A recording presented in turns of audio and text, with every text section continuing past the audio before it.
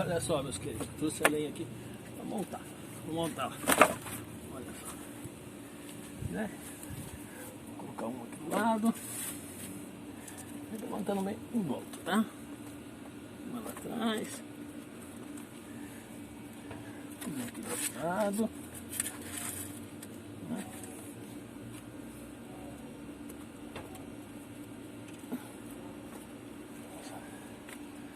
Uma aqui, ó. É tipo aquela fogueira de escoteiro, tá? Aqui, fechando ela, tá? Fechando. Fechando. Vou buscar mais.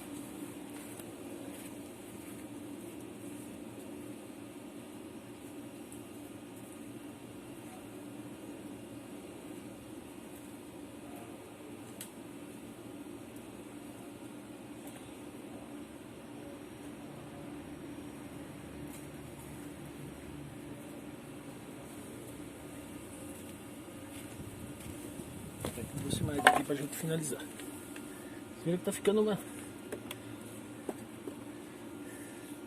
aquela fogueirinha do pica-pau, né? Ó. Fecha ali. Fecha aqui. Aí tem aquelas madeirinhas finas, aquelas madeirinhas pequenas aí, ó. Você enche o meio dela. Vai enchendo o meio. Lembrando que isso aqui é uma fogueira para esquentar o forno, levar ele rápido para os 400 graus, tá? Enche um pouco aí. Essa aqui tá bem molinha.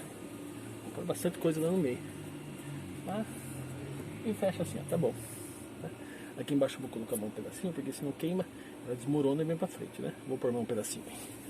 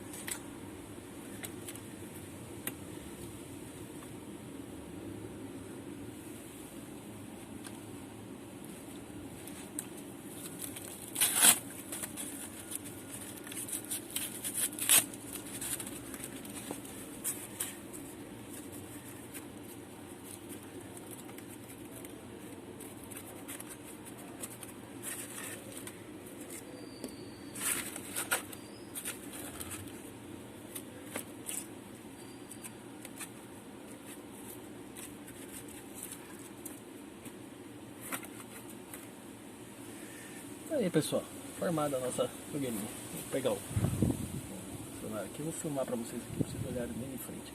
Pera aí.